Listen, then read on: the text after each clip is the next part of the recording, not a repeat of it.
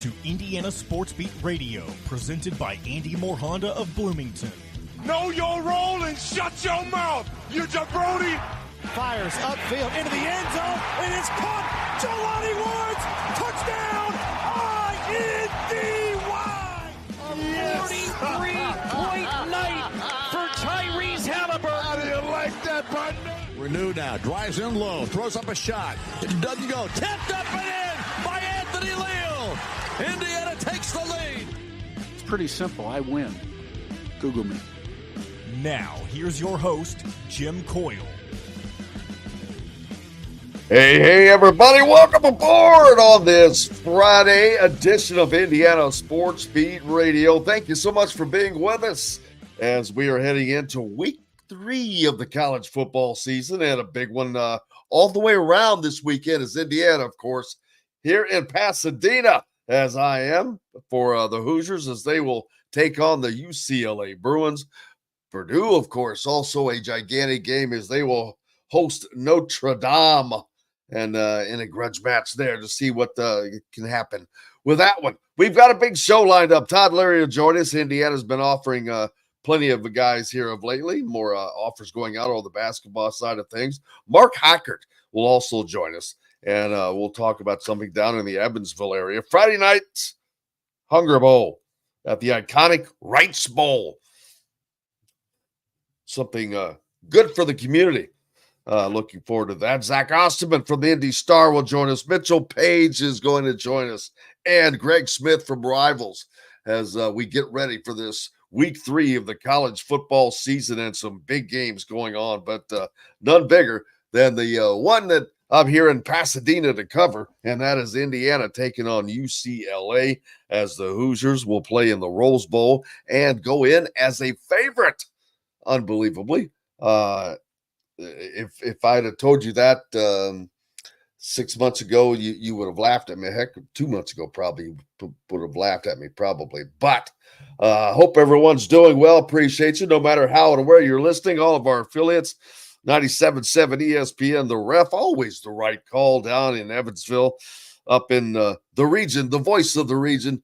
12:30 a.m., 104.7 FM WJOB, and the only sports station in Fort Wayne, 1380 The Fan. Make sure you keep it tuned right here after we're done. They have plenty of more local programming coming up next to you.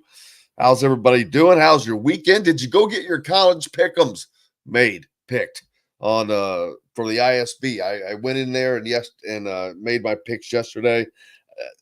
My picks had just got screwed. My entire week last week didn't get. I don't know what was going on, so I just jacked it around. So I'm officially 9-11 now, but we'll see if I can make it up a little bit this weekend. But we'll talk about some of the games that are coming up this weekend, in addition to the 2 outside of the big ones that I've already mentioned. So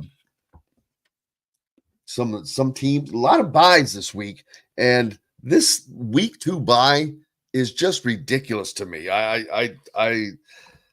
It doesn't. Of course, we're in week 3, but I'm talking about the teams that were off in week 2. Playing one game and then being off, I don't know that helps anybody. I really don't. It doesn't. It certainly. If I'm a coach, I don't want a second week bye. They want to play that second game first of all, and to get a bye so early in the season, you're not really. It's not really helping. There's not a lot to do. So. That it can help you. Michael says that Notre Dame is giving 9.5 points. Yeah, that's man, that's that's a lot for what we saw last week. Of course, that can always change. We'll find out as can the Boilers become the spoiler makers again. We'll see, as they'll have that opportunity as the Fighting Irish come rolling into Ross-Ade Stadium tomorrow as that 9.5 point favorite. But we'll look at all those others. IU holding at minus at -3. They were 2.5 point favorites is what it went. Then it's been up to 3.5.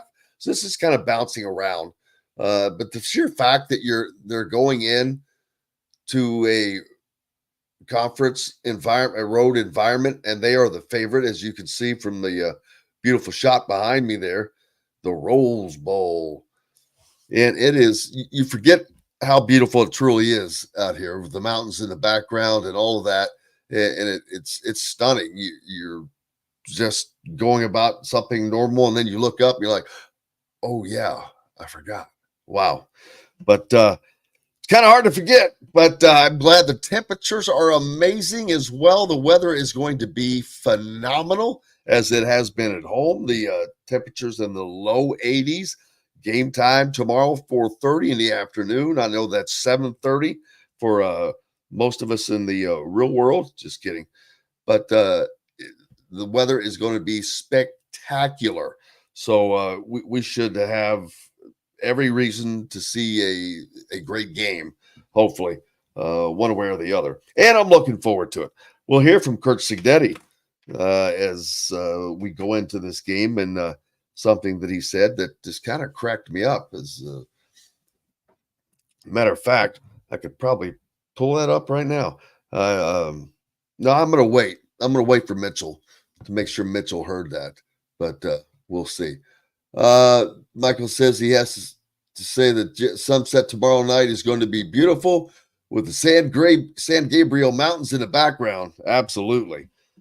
It will be stunning. It will be, yeah, and we'll get to see national TV, Indiana and UCLA getting some national TV time.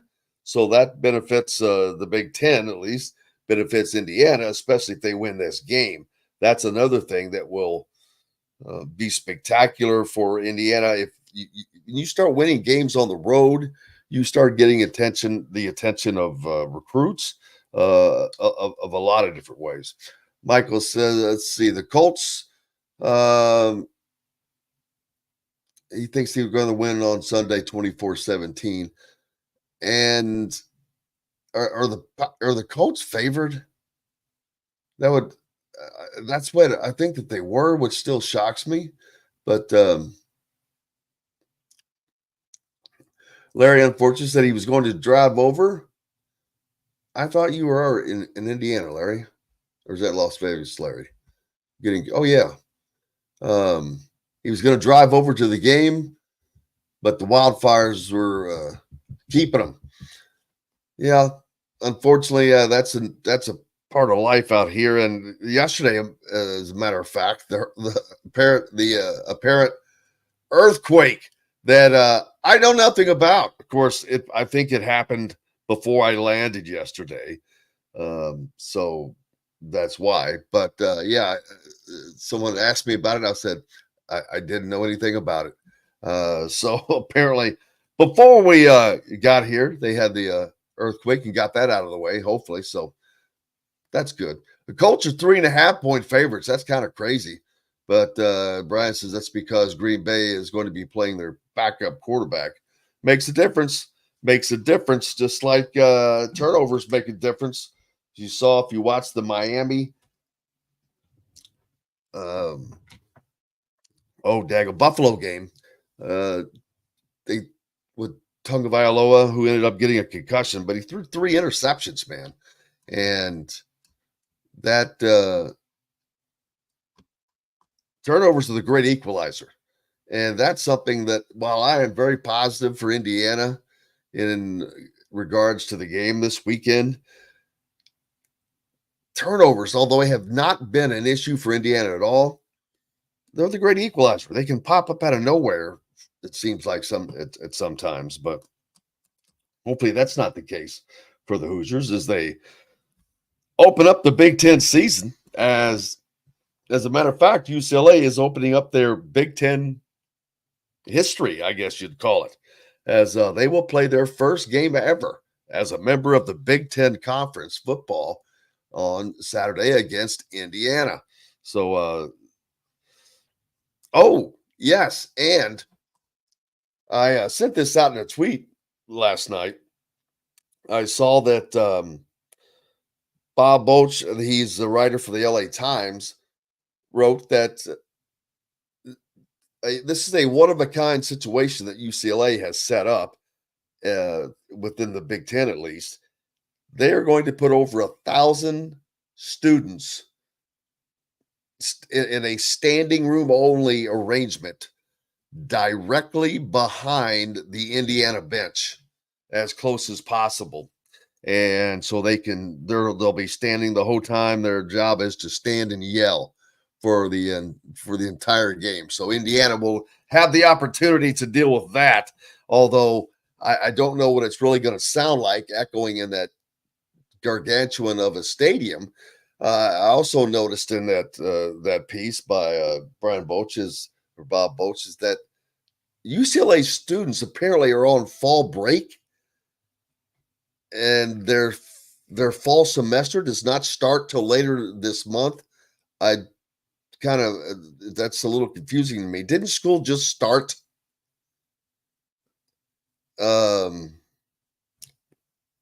Crazy, but there you go. ISC, big budget. Yeah, big budget. All right. Larry said the earthquake was from all the Hoosiers arriving. We'll see. I'm very interested to see how many people travel for this game. I'm going to be interested to see how many people are there, like I said, because in UCLA's student population is not even on campus. But why would you leave if you go to UCLA? You're in Los Angeles. You're at the beach, so there's that. Brian says UCLA is going to, they're on quarters, so school wouldn't have started yet at all. Wow, that's crazy. That's nuts. So I guess that's still a little weird, especially knowing that some of these other schools have been in for 2-3 weeks now. That's a little crazy, but oh well, that's what you get. But looking forward to talking to Todd Leary this morning as we get you caught up on what's happening. And I know I've seen some offers going out. Indiana's one of the latest top 90 wing from Alabama getting an offer from Indiana. We'll talk about that. Coben Landrew. That's in the 26th class, but the recruiting never stops. I've seen a lot of that here, offers going out lately, but this is for the 26th class. It doesn't stop. And not only that, is you don't even know what you're going to be recruiting to as far as filling your team, because you don't know what you're going to have to do about there. But yeah, I wish we were playing golf. That's not happening, baby. Not happening. Not on this trip.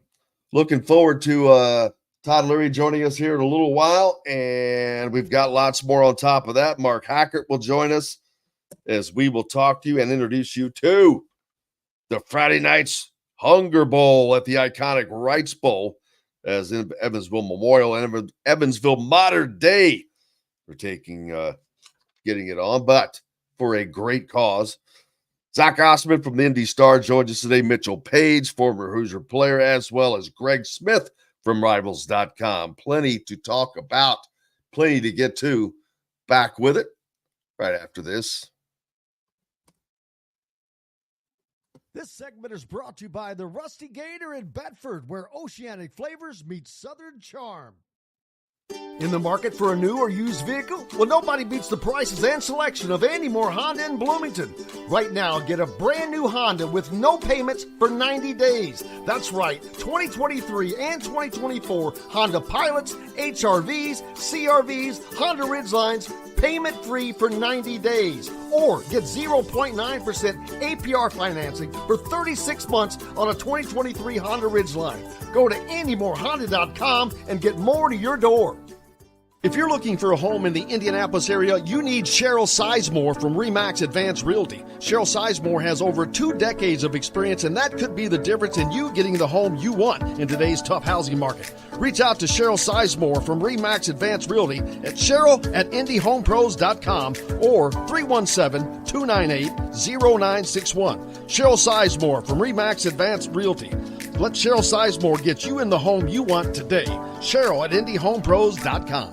Looking for someone to cater your next corporate event, family reunion, or tailgate? To some, a garnish may be nothing more than just a decoration put last on a plate. But in Bloomington, catering starts with Garnish Catering.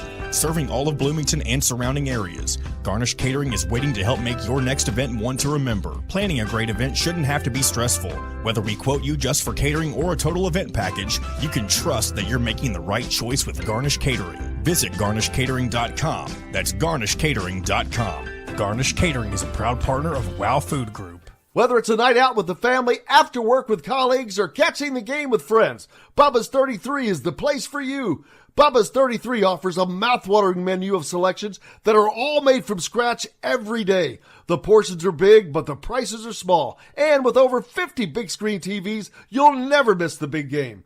Bubba's 33. Pizza, burgers, beer. Country living is just a swing away. It can be hard to find the exact home that fits your family's needs, so there couldn't be a better time to build a new home with Property Shore Construction. Now building exclusively south of Bloomington within the Stonecrest Golf Community. Choose from one of the gorgeous Stonecrest Signature Series house plans. We have several lots available with scenic views of the golf course. Contact Amy Rhoda with Revesco Real Estate for additional information. 812-583-0919 or go to mystonecrestliving.com. That's mystonecrestliving.com for more details.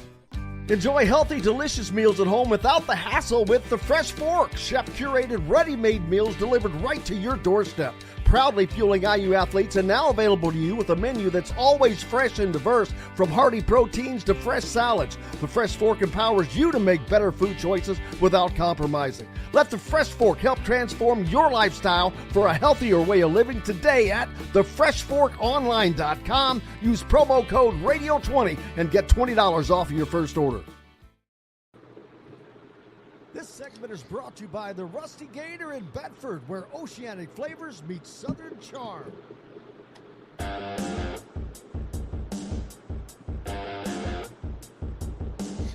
Welcome back, Indiana Sports Beat Radio on this Friday. Jim Coyle with you as always. Thank you so much for joining us. The Todd father, Todd Leary, joins us now. How's it going, my friend? I bet I'm more rested than you are. I bet you're right. Yes. I'm not even going to talk about what's going to happen as soon as the show is completed. Yeah, but we can all imagine. It starts with an N, there's an A, and there's a P involved. It's a long one. Rumple, it's a short skin, word, baby. long activity. Exactly. How are you doing, man? I'm good. College basketball is still big time of what's going on. Recruiting never stops, as we've seen Indiana doling out some offers here of late. Coben Landrew, one of the latest, but he's in the 26th class, but a 4-star. But it's in today's era already, it seems recruiting almost seems weird now. I'm like going, oh yeah, they still do that. I forgot about that. It's almost like, why? I mean, it just has such a less impact on, a lot of times you look at it and you're like, okay, well, I'm not sure we're going to have enough talent next season or the following season or whatever. But with the transfer portal, you never have any idea anymore what your roster is going to look like until really, after the spring's over, which is totally opposite of what it used to be. Yeah, absolutely. And you don't even know what you're going to need, what your needs are going to be. Obviously, when you're just talking about a couple recruits, they're always going to work in, because you're probably always going to have that. But the needs will go deeper, and we'll see what that is. But Eric Ribe, one of the a 7-footer, one of the top recruits in the country. He's kind of taken the spot of Malachi Moreno, who committed to Kentucky. And as a matter of fact, he'll be visiting the same weekend that Malachi was going to visit with Trent Sisley and with Braylon Mullins coming up next weekend, right? Yeah, next weekend. So that's a big recruiting weekend for Indiana. They'll have a football game that they'll win again, probably, as Charlotte comes in. So that'll be fun. Maybe it's a more fun environment as each one of these games goes along.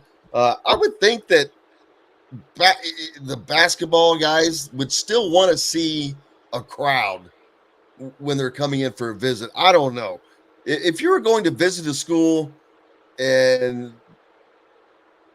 the football crowd was just like not there, would that impact you at all? Would you think about that? It would, yeah, for sure. I don't know how high on the priority list I would put it, but it definitely ranks up there. Like, for example, if you get a kid that goes and visits Ohio State or Michigan or Alabama or Georgia or one of those places, and they see the football crowd, they just probably assume that carries over, which a lot of times isn't the case. It's kind of the opposite at Indiana. And, this statement's made a lot, and I think sometimes it has more meaning than others. And that is, basketball in Indiana is just different.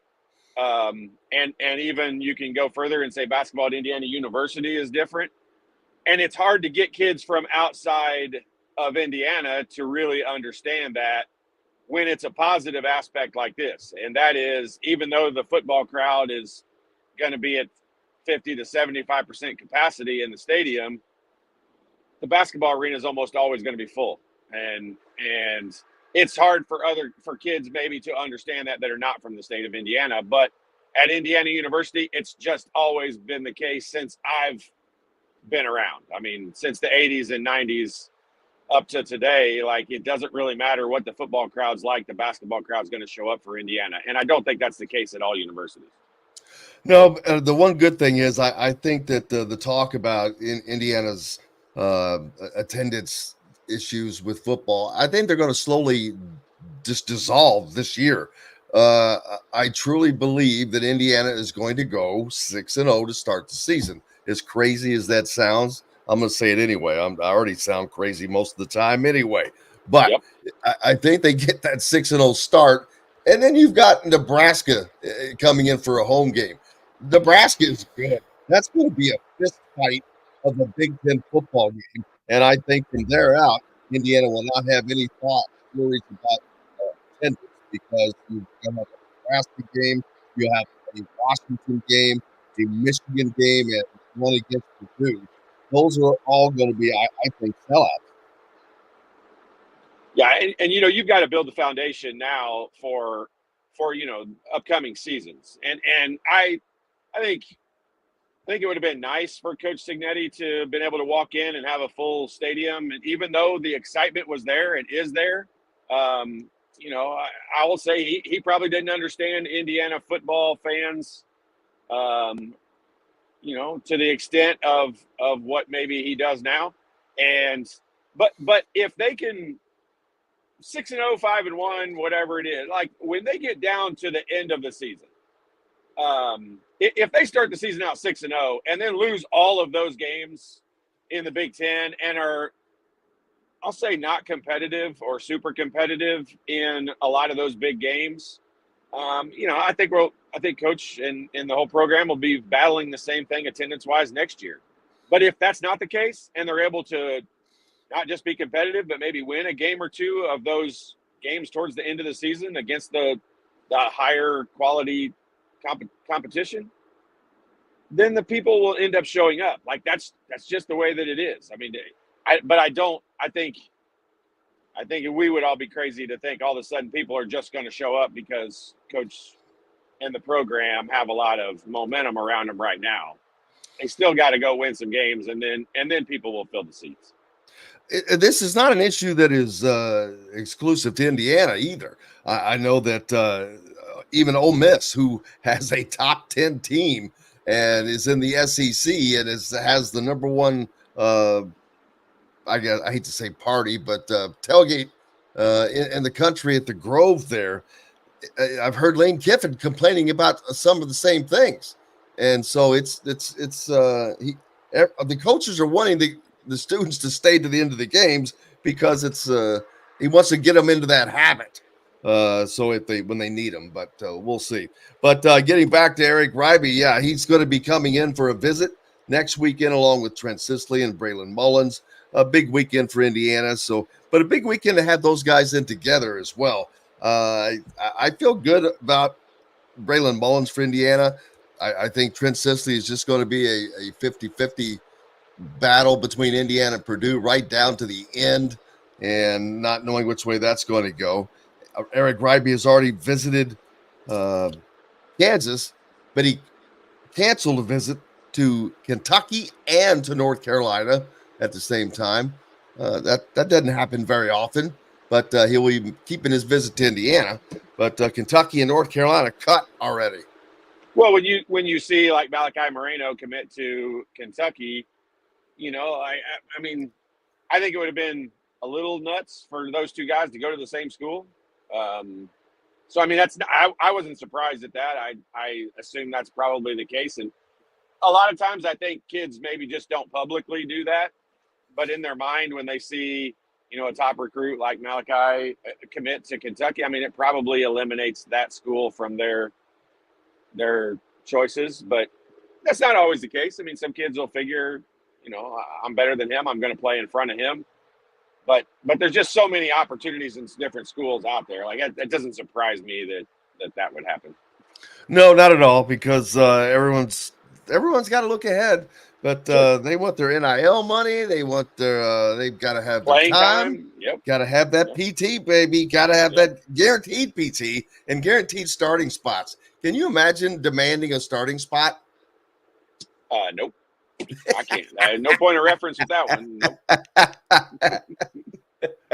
Nope. Nope. But we all just agree it's different times. It's different times now, and sometimes you got the inmates running the asylum. Yeah, I would love to be a fly on the wall in a room that Bob Knight was doing a recruiting visit when the kid said, well, Coach, I need to be guaranteed that I'm going to be starting on day one, yada, yada. That would have been like and that's not just Coach Knight. That you can lump all the old school coaches into like Coach Katie. I'd like to see that same conversation with Coach Katie. Like, no, I mean that the old regime of coaches that's not going to fly. I mean, that's not happening. It's even today with Tom Izzo. I think that would be funny. He's still one of those guys. He's one of the last of the Mohicans. He really is. He is. He's one of the last kind of old regime coaches out there. I mean, when you look at like the tenure of Matt Painter and how long he's been at Purdue, and he's still in his lower 50s. That's just so unusual. It just doesn't happen that way anymore. I mean, you see coaches moving all over, and this NIL situation is going to run some more coaches out of the game and bring in a lot more younger coaches, I think, that are okay with dealing with that kind of stuff. So I don't see that trend changing a whole lot. Now that we're a couple seasons into it, at least from football, it has seemed to me that the transfer portal has made the game better. Is equalized. There's been equalization, it seems, across. I look at the Big Ten. You've got two teams that right now I'd put in the upper elite category, and that's of course Ohio State and USC. But then there's a bunch, and I mean a bunch of good teams. Indiana, Nebraska. There's just a ton of them in there that are in that middle, and the SEC is very similar. We think that Georgia's the number one team and all of that, but we don't have these juggernauts that are just standing out. And I think that a lot of that has to do with the transfer portal. Yeah, but we're looking at that from the top. And so, we root for Indiana. We're an Indiana-based program. I mean, we're dealing with a school in the Big Ten. I don't know that you would get schools from the MAC or some of the smaller conferences to agree that the transfer portal is this great thing that's equalized the game, because it kind of pilfers their top players every season. And, we still as Indiana and Big Ten schools get to deal with, kind of the transfer portal allows you to eliminate some guys that might not be working out and bring in some guys to try new ones. And if they don't work, the next year you do it all over again. And I don't think that the smaller conferences are able to do that quite the way the bigger ones are. Yeah. And then something else that came out this week, and we haven't discussed this. So, but there was an allegation against Dr. Bamba, who is a former team doctor for a number of IU teams, which usually when something like that happens, there are more and things that follow. I have only heard one right now, so it's just seems a little odd to me, but you have to let that play out. But as a former athlete, I'm sure that you found that surprising when that happened, but that's got to be a difficult situation for the university. Yeah, it is. It's the whole topic is difficult to discuss. It's hard to really kind of the situation is unfortunate slash, at the end of the day, I just hope that they resolve it and figure out that, handle it the way it's supposed to be handled. I don't really want to talk about it too much. Like I understand. That's why I'm reluctant to bring it up. Yeah, it's an unusual situation. Yeah, it is. Hopefully it like you said, it gets resolved the way it needs to get resolved. But your weekend, you got some football games ready to take on? I will spend a lot of time watching football. Gonna go up and do a little AAU recruiting up in Indianapolis with some tryouts and stuff up there. So check out some younger kids. Got some talent in the wings for myjumpshot.com. Working on it. Yeah. Spreading the news, spreading the good news. Where's that taking place? What all is going on? Indiana Elite's having tryouts up at Warren Central on Sunday, and the newly formed Indiana Basketball Club and that group, they've got tryouts going on as well. There's several different. I've got kids in several different. I got boys and girls doing tryouts this weekend in some different leagues and different groups. So we'll be all over the place. Yeah, we'll be all over the place. Good to see you back at it, man. Yeah. So myjumpshot.com is flying, baby. It's moving. Yep. Good to see. Good to see. And make sure that people know that if you've got a kid, know a kid, are a kid that needs help with your jump shot, myjumpshot.com, the shot father, the shot doctor, whatever we want to call him. We'll give him 3 or 4 names. All those names. But, I know how much fun that is for you. I mean, that there's nothing in this world you love doing more than that. I love teaching. I love seeing kids and players improve, in all aspects, but especially shooting. I feel like, I have a little bit of an expertise. I've studied it, and I don't say that because I consider myself a good shooter. I've studied it enough that I feel a little bit more like an expert at it than the average person, even that is a good shooter, just because I've studied so many different kids and athletes and professional players and all their forms and why they do certain things. And myjumpshot.com, really the idea behind it is to be able to take a kid's entire body, whether that's your arm length or hand size or shoulder width or strength or whatever, all of those aspects that go into it, and be able to create a shot that's kind of natural for you. I'm not trying to get everybody to shoot like Steph Curry or Klay Thompson or Caitlin Clark. I mean, everybody's shot's going to be a little bit unique to them, and that's really what I pride myself in doing. And you mentioned Caitlin Clark. There's got to be a difference between boys and girls with strength and having to work with the shots to make sure they don't get into bad habits, because it seems like that can happen a lot when kids are young. They get into bad habits by trying to overcompensate. Shoot from too far out. Yep. Strength becomes the biggest issue. Strength or lack of strength for younger kids in shooting becomes the reason for the majority of their bad habits. And it's just a matter of whether, once they start to get the strength that they need for their shot, at that time, somebody works with them to have the proper fundamentals, because you can correct. I don't even detour young kids when I see them run out on the court during timeouts and stuff, chucking up 3-pointers. I don't even detour that. That's what makes you fall in love with the game. I get it.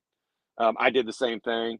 It's just a matter of once you get to that level of having the strength and being able to shoot properly, that someone helps you with the fundamentals at that point, so that you are able to then practice in a proper way. And that's really the objective behind my jump shot. Make sure you go to myjumpshot.com. If, like I said, if you are have a kid, know a kid, are a kid, you got the guy to take care of you right here. And both boys, girls, doesn't matter. He's taking all comers, baby. Todd, there's 2 big games this weekend. Notre Dame goes to Purdue. What are your thoughts on that one? Boy, I tell you what, Notre Dame has to win. Like, that was a bad, obviously, Mr. Obvious bad loss last week. But that's not an easy game. Purdue's not a bad team at all. They're actually a pretty good team. I watched them a little bit last Better weekend. than I thought that they were going to be. Agree. And so they're not going to be a cakewalk walking into there. So, but boy, when you talk about a must-win game, Notre Dame has to win that game. Yeah, they lose this, they're out of the college playoffs completely. If that conversation goes. Yeah. Of course, Indiana here in Pasadena to take on UCLA. They're a 2.5-point favorite, man, which is crazy to say that. But it is. But you know what? It's fun also, and part of that. And let's not kid each other, because UCLA is not great. But still, in past years, Indiana would not be a favorite in this game, no matter what. So yeah, that's fun. The whole experience. Maybe it'll get old down the road, but the experience of you getting to be out there at the Rose Bowl and all that. That's not wearing off anytime soon. That's pretty cool. Nope. No, sir. Appreciate you, brother. I hope you have a great weekend. Thank you. Get some rest, buddy. I appreciate you. Todd Leary joining us here on Indiana Sports Beat Radio. We've got plenty more coming up as Mark Hackett will join us, and we'll introduce you to Friday night's Hunger Bowl at the iconic Wrights Bowl there in Evansville coming up tonight. Back with more from the Hard Truth Studios mobile unit right after this. Segment is brought to you by the Ugly Grouper. If you're looking for a home in the Indianapolis area, you need Cheryl Sizemore from RE/MAX Advanced Realty. Cheryl Sizemore has over 2 decades of experience, and that could be the difference in you getting the home you want in today's tough housing market. Reach out to Cheryl Sizemore from RE/MAX Advanced Realty at cheryl@indyhomepros.com or 317-298-0961. Cheryl Sizemore from RE/MAX Advanced Realty. Let Cheryl Sizemore get you in the home you want today. Cheryl@indyhomepros.com. Whether it's a night out with the family, after work with colleagues, or catching the game with friends, Bubba's 33 is the place for you. Bubba's 33 offers a mouthwatering menu of selections that are all made from scratch every day. The portions are big, but the prices are small. And with over 50 big screen TVs, you'll never miss the big game. Bubba's 33. Pizza, burgers, beer. Country living is just a swing away. It can be hard to find the exact home that fits your family's needs, so there couldn't be a better time to build a new home with Property Shore Construction. Now building exclusively south of Bloomington within the Stonecrest Golf Community. Choose from one of the gorgeous Stonecrest Signature Series house plans. We have several lots available with scenic views of the golf course. Contact Amy Rhoda with Revesco Real Estate for additional information. 812-583-0919 or go to mystonecrestliving.com. That's mystonecrestliving.com for more details. Know a team or group needing a fundraiser? Boost Fundraising raises more money faster and offers the most unique and user-friendly online fundraiser in the nation. Your team receives personalized fundraising pages for each team member. Free team-branded promo gifts shipped to each donor. Boost Fundraising does it all. Sports teams, marching bands, charity causes, and community groups. Go to boostfundraising.com and be sure to enter the promo code COYLE, that's COYLE, to receive a discounted fundraiser. Looking for someone to cater your next corporate event, family reunion, or tailgate? To some, a garnish may be nothing more than just a decoration put last on a plate. But in Bloomington, catering starts with Garnish Catering. Serving all of Bloomington and surrounding areas, Garnish Catering is waiting to help make your next event one to remember. Planning a great event shouldn't have to be stressful. Whether we quote you just for catering or a total event package, you can trust that you're making the right choice with Garnish Catering. Visit garnishcatering.com. That's garnishcatering.com. Garnish Catering is a proud partner of WOW Food Group. In the market for a new or used vehicle? Well, nobody beats the prices and selection of Andy Moore Honda in Bloomington. Right now, get a brand new Honda with no payments for 90 days. That's right, 2023 and 2024 Honda Pilots, HRVs, CRVs, Honda Ridgelines, payment-free for 90 days. Or get 0.9% APR financing for 36 months on a 2023 Honda Ridgeline. Go to AndyMooreHonda.com and get more to your door. This segment is brought to you by the Ugly Grouper.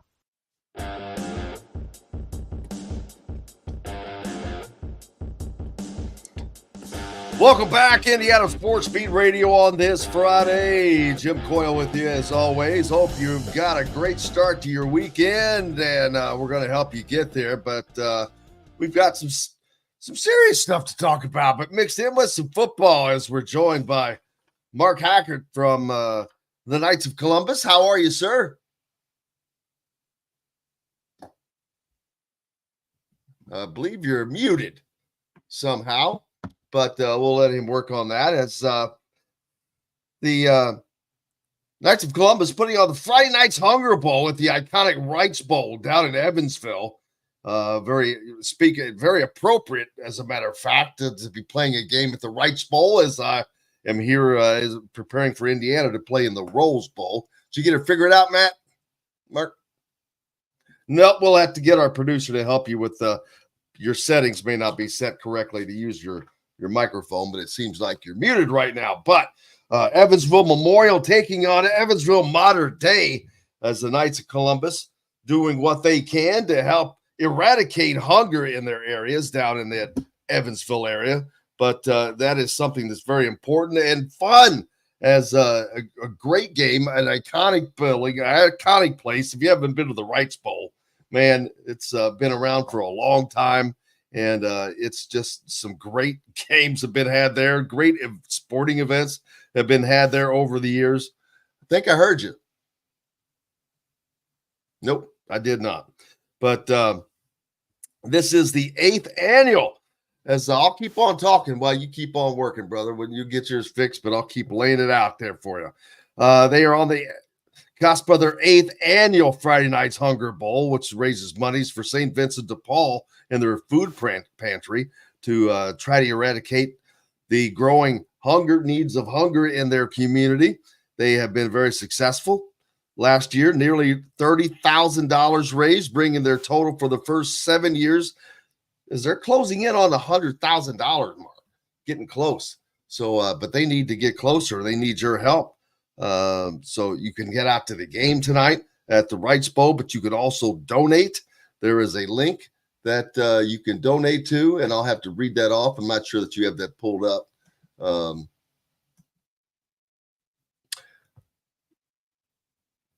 Just go to Friday Nights, KNIGHTS, Friday Nights Hungerbowl.org. And that will take you to the link, and you can donate there for that. But a very, very admirable effort. As let's see, as the more they keep helping, the needs continue to go up. Distributed an estimated 94,000 boxes of food weighing over 600,000 pounds. It's not unusual to serve 100 families per day. They spent $154,000 on food purchases for distribution previous year. So things are going up, and they need your help to keep it going. But again, Memorial taking on Modern Day at the Wrights Bowl in the Friday Night's Hunger Bowl. Pretty cool name. Must have had some good marketing people come up with that. It's the area Catholic grade and high schools are raising monies at each of their schools as well, at each of the 10 area Knights of Columbus councils. So this is an all hands on deck. The entire community kind of coming together down in the Evansville area. So hats off to them for working all that as well. But sorry, I don't know if we're going to get Mark's video or audio working, but make sure you go and donate. If not, and we'll put the link back up there again as well. But especially if you're in the Evansville area and you have the opportunity, please just go to Friday night's Hunger Bowl and you can donate or go to the game at the Wrights Bowl, man. A great night for that. So, Mark, we're sorry that we couldn't get you on, but we'll keep on pushing it for you, man. Don't worry. We'll try it again next time, but we'll talk about it a little bit more on the show as well in our next hour to keep that up. But Mark, you can send me any information that you want me to get out as well in addition to it. But we'll keep it on, brother. And congratulations to what you guys are doing down there. We appreciate you. And that's the time. Is that the trophy for tonight? It's a good looking trophy. Bring it over to the camera. Let me see that thing. I'll describe it because that's a good looking. Is that a newer trophy or is that something that you guys have been giving up for already? But big, nice looking trophy with a bowl on top. It's got the team logos on it. Good looking stuff. And what a great, perfect combination timing wise. You've got the Wrights Bowl and the Rose Bowl this weekend, baby. So go see a game at the Wrights Bowl. Help take care of some hunger issues down in the Evansville area. And then you can watch the Rose Bowl tomorrow. Mark, we appreciate you, sir. Appreciate you very much. And sorry we couldn't get you on to talk about that. But glad everybody got to we got to talk about that and listen to that. But we've got a lot to do here today as well. Looking forward to talking to Zach Osterman, Mitchell Paige, Greg Smith. Greg, I cannot wait to talk to Greg because Greg is a national pundit, I guess, is of course with rivals.com. And one of the people that, and rightly so, just did not expect the Indiana that I expected because I'm just closer to the situation, covering the team, being around the team, being around the coaches, being around the players. It makes a difference. I'm obviously, if you listen to the show, you know that I don't blow smoke up people's skirts. If it's bad, I'm going to say I think it's bad. But in a situation like this, I don't. I think it is going to be an outstanding season for Indiana. Like I said, I think they start the year 6-0. I'm not trying to put a hex on anybody. It's what I think. I think they win this game this weekend. I think they win it 31-16 or better. Now, that can all change. Something I said earlier, turnovers, baby. And Indiana has not had problems with turnovers, but turnovers are a great equalizer. Always. Someone asking what's the latest on Juju Lewis. I don't think there is a latest. I don't think that anything has changed right now. But what I do think is this game this weekend that Indiana is playing on national television in the Rose Bowl will have some weight to it. If Indiana can come out and do what I think that they're going to be able to do, and that is just play solid football and convincingly win a game. They don't have to come in here. Thank you, Skylar, for putting that up. That's a great job. Thank you very, very much. As you see, if you're following us on the YouTube, as the kids say, he's got the crawler up with the information in regards to the Friday night's Hunger Bowl. But I think that as the season progresses, this is just good for Indiana because, like I said, I think they start the season 6-0. And I'm not saying they can't go 7-0, but I'm saying 6-0, and that's before they have back-to-back home games. But this season could get off the rails in a good way. Generally, people are worried and waiting for the season to go off the rails for Indiana in a bad way. I think they could go off the rails in a good way. There is only one team on this entire schedule that I am writing down as a loss right now. But we've got a lot of season to play. But getting back to Juju Lewis, Indiana winning games on national television, Indiana winning games in places like the Rose Bowl, Indiana beating brands like UCLA, going to make a huge difference. Huge difference. Indiana jumps out to a 6-0 start to the season. You're damn right it will make a difference, because already Juju Lewis will be able to look and see that the questions that everyone asked, that, well, are they going to be able to do that in the Big Ten with all them transfers, yada, yada? Yes, they are. So, but wins will show him that he can go anywhere. It doesn't matter. And I think Indiana, they have to have a decent season if they're going to have a shot at landing him. Not decent. They have to have a good season, I think. My friend Todd would probably disagree with me because, as he always rightfully points out, a lot of guys want to be the guy. But I don't know that that's so much the case in football. Basketball, I agree, because one guy can make that much of a difference.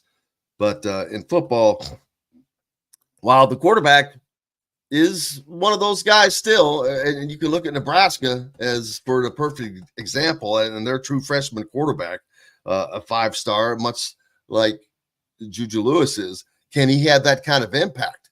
Because that's exactly what Nebraska is getting. They're getting that kind of impact.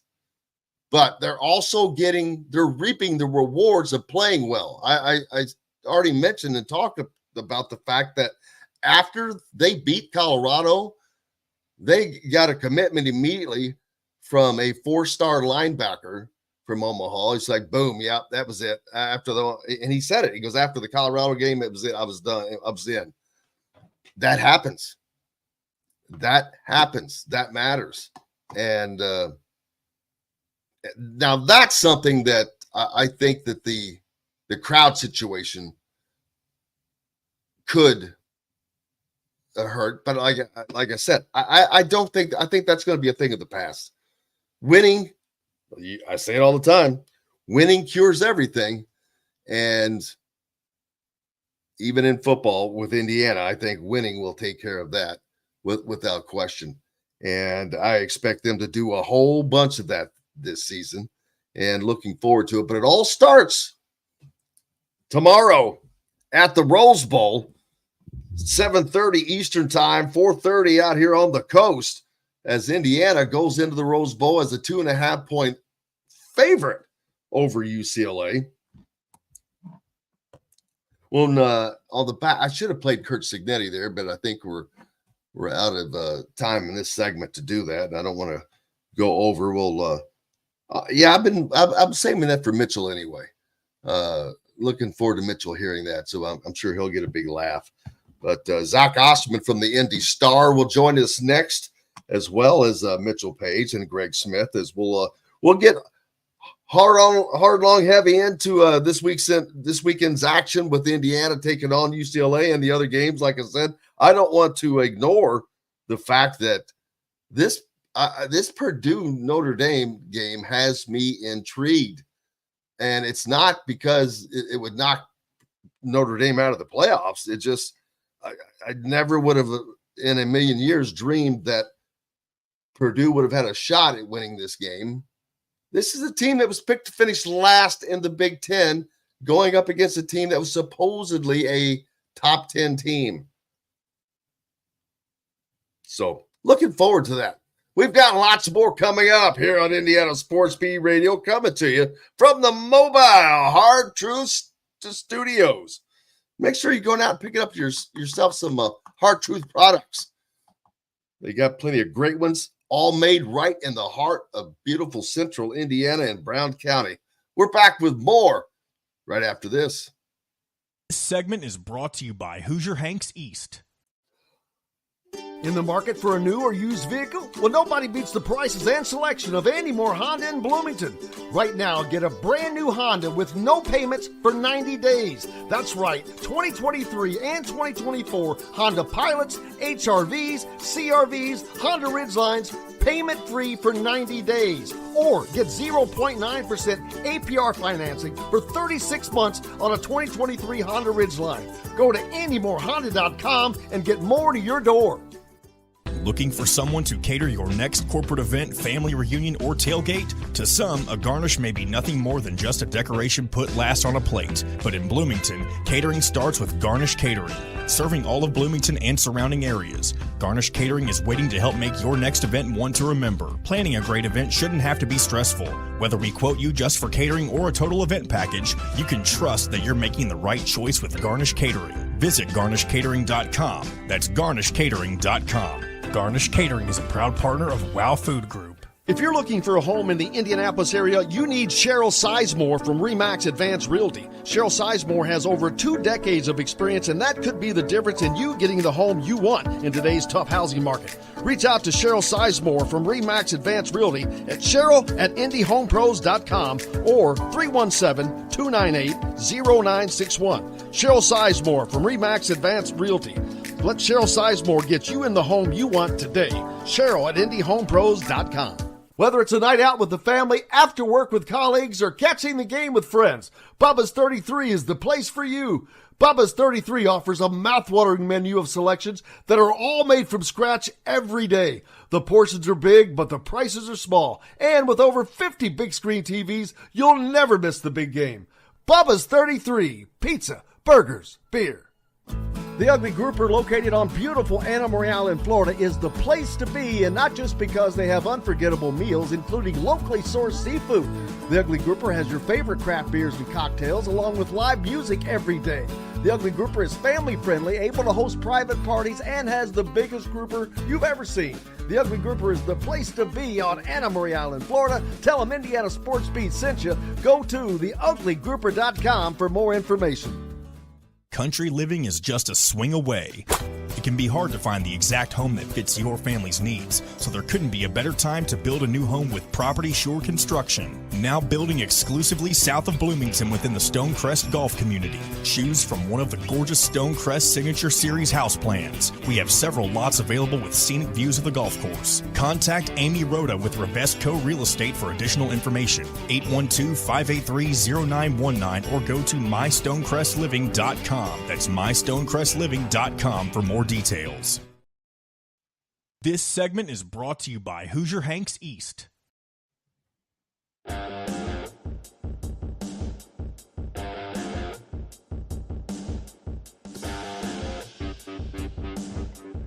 Welcome back, Indiana Sports Beat Radio, here on this Friday. It's a fantastic Friday as the weather is absolutely phenomenal here in Pasadena, where I am coming to you from, as the Hard Truth Studios have taken a turn to the west for this weekend as Indiana traveled to take on the UCLA Bruins as the Bruins open up their entry into the Big Ten Conference. This is their inaugural game this weekend against the Hoosiers. So both teams with something to prove. UCLA does not want to start off on a bad foot. They want to kind of erase the bad taste they left in their fans' mouth after that slim win over Hawaii in the opening week, 16-13, over on the Big Island. And they've had 2 weeks off to rest in between to get to prepare for the Hoosiers. But most coaches will always tell you they would rather have 2 games before they take time off, because, yeah, you can work on fixing those things, but that second game, and as you saw, I think that Indiana did a great job of that. As I've mentioned, their offense went from 8 penalties to 0 in week 2. As Zach Osterman from the Indy Star joins us. Zach, how are you, brother? Hey, how we doing? Good, sir. Your Braves holding on, man. I know Kevin Brockway was bragging about his Mets sneaking up in there. Big weekend this weekend. I've been talking about it. It's not just Indiana. There's a lot of important games, but none more than right in the state of Indiana, as the Hoosiers will travel west to introduce UCLA to the Big Ten. But Purdue is also at home against Notre Dame in a game that is between a team picked to finish last originally in the Big Ten and a team that was picked to be a top 10 team. The tides have turned so quickly into this season. Yeah, I'll be honest. I didn't really watch a ton of the Northern Illinois game. I think it does seem just generally like Notre Dame, hasn't quite found, at least yet this year with Riley Leonard, what maybe it had with Sam Hartman a year ago, just in terms of the offensive rhythm and the feeling that the quarterback is kind of, the right play calls are dialed up for him. And, you could obviously excuse that going on the road week one, Texas A&M, Kyle Field, Mike Elko, who knows Leonard a little bit, more than a little bit really. But for this to kind of run that way, in a home game against Northern Illinois, obviously that's more of a concern. In the same breath, I think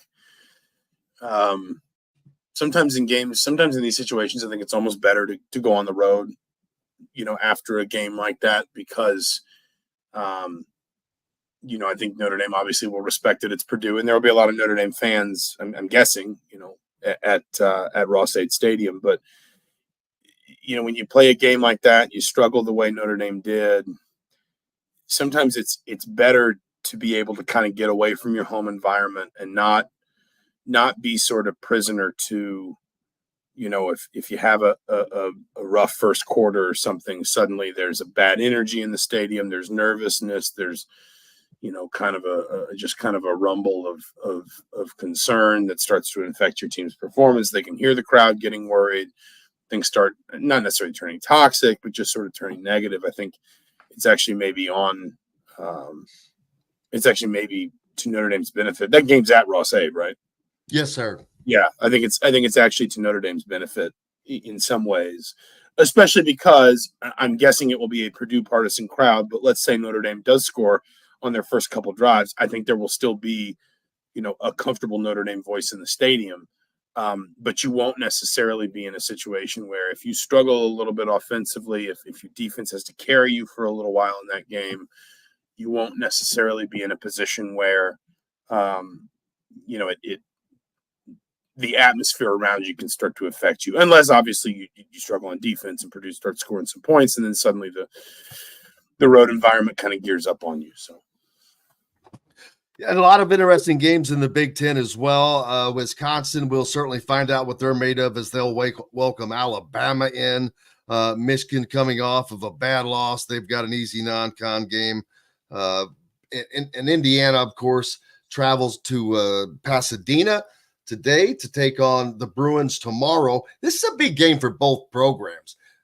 UCLA, I think people are forgetting, UCLA, they kind of need to win too. They don't want to just be written off and right off into the sunset as a loser. They've got a brand new staff, and they're trying to rejuvenate their program as well. But Indiana just seems to be ahead of them in my regard, because from coaching on down, the experience that Indiana has, and that's one of the things that Deshaun Foster lacks is that experience. It's not a lack of effort. He doesn't have the experience, and you can't blame him for that.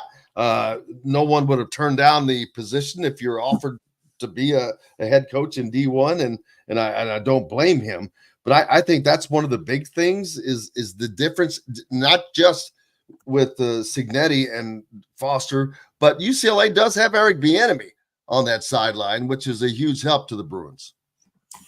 Yeah, I mean, I think number one, I think you're right about the importance of the season. I mean, frankly, it's probably more important to UCLA. Like in the end, if Indiana lost this game but then beat Charlotte and Maryland, I think Indiana would, still come out of September and say, 5-0 would have been dreamland, but 4-1 is still a great result. It's very positive. The momentum's carrying forward. big October ahead. Try to grab a couple wins, from Northwestern, Nebraska, Washington. I think that's all they play in October because of the bye week, and get yourself bowl eligible before you go to Michigan State. UCLA after this goes to LSU next weekend, then hosts Oregon, then goes to Penn State, then hosts Minnesota, then goes to Rutgers, then has a bye, then goes to Nebraska, then hosts Iowa.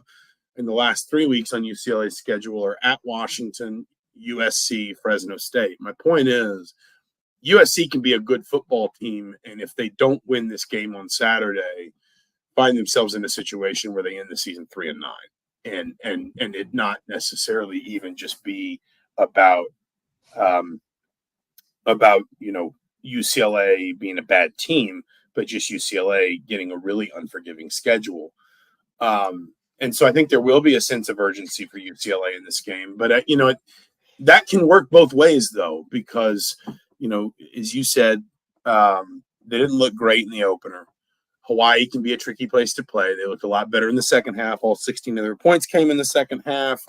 I think their quarterback was, something like 16 or 13 to 20 for 200 plus and a touchdown in the second half. So, they really geared up after halftime. On the other hand, Indiana's played an extra game, and I think you'd rather have played the extra game and there be a little bit more film on you.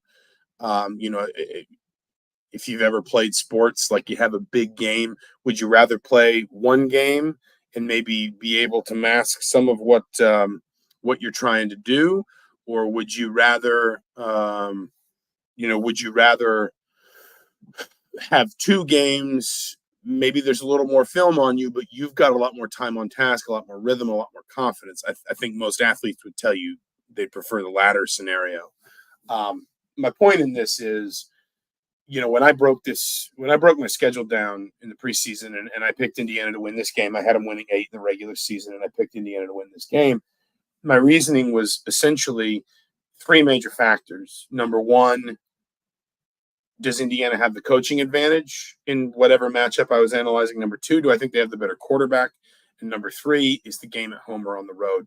And I thought Indiana was going to get the advantage of 2 of those. And that's no knock on Deshaun Foster. As you said, he's just young. Like, that doesn't mean he's not a good coach. That doesn't mean he's not going to be a good coach.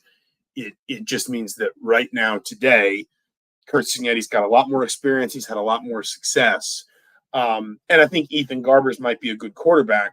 But I think, again, if you're saying, which one of these players would you prefer, I think most people would say Curtis Rourke. It's at the Rose Bowl. We'll see if a big crowd turns out. My understanding is typically for UCLA games, it doesn't. And if you wind up in a situation where there's only maybe, 30,000 or so people in there, I wouldn't be shocked if 5,000 or 6,000 of them are IU fans, because IU, number one, I think you're going to see a number of IU fans travel for this game just because it's the Rose Bowl. It's a chance to go play in the Rose Bowl and see IU in the Rose Bowl for the first time in however long. And number 2, Indiana as an alumni base spreads pretty far and wide. I think I was told the IU Alumni Association tailgate is already sold out for this game.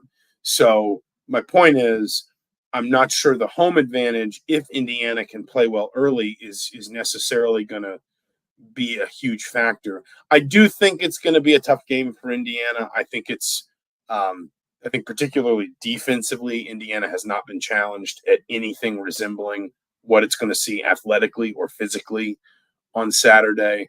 But I still come back to, I think Indiana's got the better of the key matchups, and that's why I picked them to win. Yeah, I agree. With everything you said. I think this is another part of the schedule laying out perfectly for Indiana, because you're going to have to go play road games. You're going to have to play conference games on the road. But if you look through the entire schedule, I seriously don't think you could have laid it out any better. Maybe you flip-flop Charlotte and UCLA, I don't know. But other than that, it's perfect for Indiana, as UCLA definitely offers them much more of a challenge than what they have seen in their first 2 games from a talent aspect from every aspect. And it's a league game, which is of great importance, but that gets them started before they come back to take on the Charlotte team. And then Maryland and Northwestern, who those three, UCLA, Northwestern, and Maryland right now are the bottom three teams in the league for me. So, and that can always change. But again, plays out perfect for Indiana because it allows them to continue to get that second game, if you will, to get better and work on things. As I mentioned a minute ago, they go from 8 offensive penalties in week 1 to 0 in week 2. That's a pretty good cutback. Well, they only had 2 penalties and 1 was for kicking the ball out of bounds. So, but that's just an example in cleaning that stuff up. And when you're able to increase your level of talent that you're playing, but you're still able to work on what you're doing, that's just going to allow this team to potentially have a spectacular season, as you've already laid out in some of your pieces as well. No, I mean, I come back to the urgency thing because, the flip side to maybe UCLA needing this game more is if that becomes a factor, if that is something that's on UCLA's mind, sometimes a team can play with that urgency a little bit more, but sometimes that can lead a team to make more mistakes. Sometimes that can, if that puts it, sometimes that can put a team in a worse position in terms of, just sort of maybe you start taking risks, maybe you start, trying too hard, maybe you start making decisions you wouldn't otherwise make.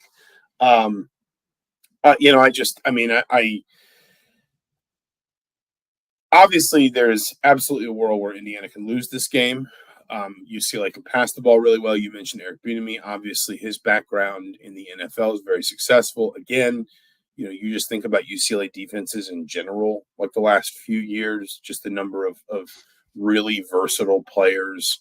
Think about the number of like rush-ins, sort of, hybrid in linebacker types that have succeeded in the NFL.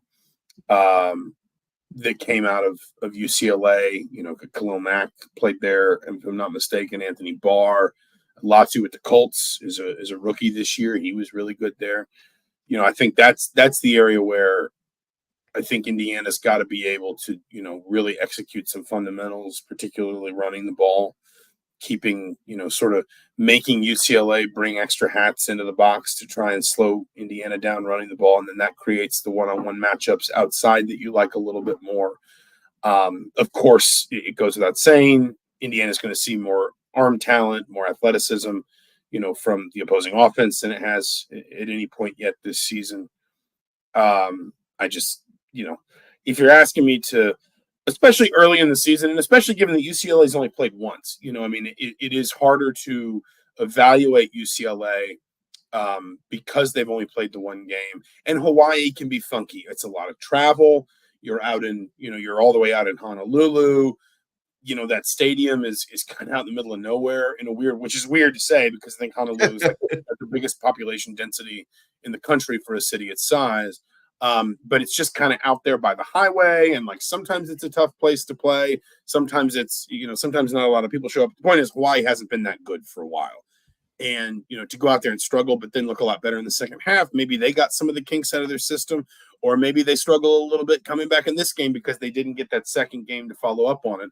And it's also, I don't know if there's going to be too much pageantry, but I don't know if people realize this is the first Big Ten game for a Pac-12 team. This is the first time any of those 4 teams is going to play a conference game. It's at the Rose Bowl. It's on Big Ten Saturday night on NBC. It's prime time, let's be fair, in the markets that traditionally the Big Ten cares the most about.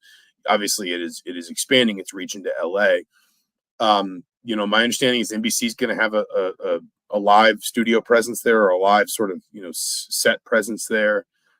There is going to be some, potential distraction around it. It's just going to be curious to see how both sides handle it. But I think if Indiana wins, it sets them up. I mean, it is a lot more opportunity than pressure for Indiana, whereas I think it's probably more pressure than opportunity for UCLA. And when you've got a young head coach, you've got 2 first-year coordinators. Not that they're bad, but they're just in their first season in their job.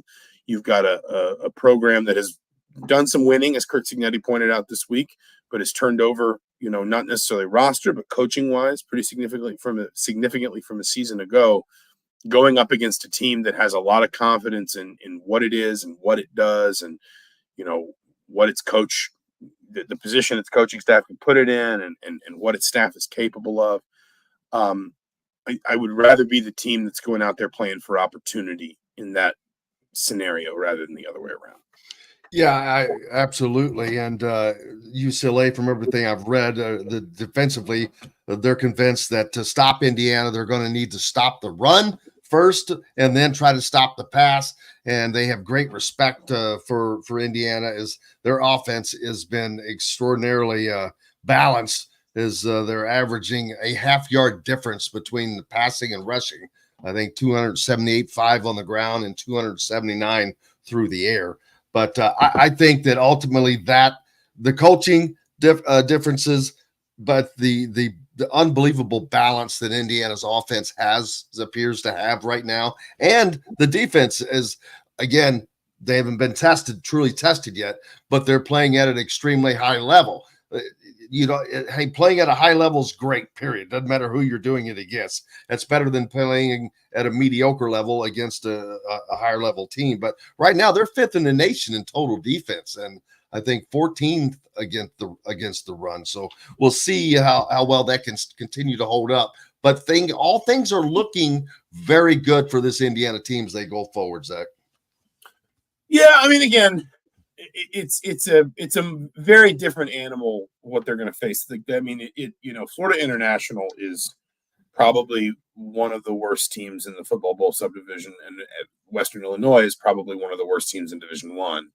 So it is a very different animal what we're talking about here. I think the big thing I would point out is, UCLA, for all its struggles at Hawaii, there weren't like a ton of mistakes. Now, they weren't very efficient, but they only committed 6 penalties, which for a first game of the season is not bad. They only allowed 1 sack. They only allowed 1 tackle for a loss. I think they were really good on third downs. I'm sorry, defensively. I was looking at this. They only allowed 1 play of 20 plus yards. Now, they did allow 13 plays of 10 plus yards, which for a single game isn't great. By comparison, Indiana's only allowed 13 plays of 10 plus yards in 2 games this season. And again, Hawaii, even at home, is not I don't think it's a massive step up in competition from like FIU, for example. But the point is, I think this is going to be a game that is going to test Indiana's ability to control both lines of scrimmage when we talk about running the ball, but also when we talk about on the other side, creating sacks, creating TFLs, creating pressure and havoc plays and things like that. UCLA is going to throw a level of athleticism at Indiana that it's not even necessarily always going to see in the Big Ten. That doesn't, athleticism doesn't always equate to talent.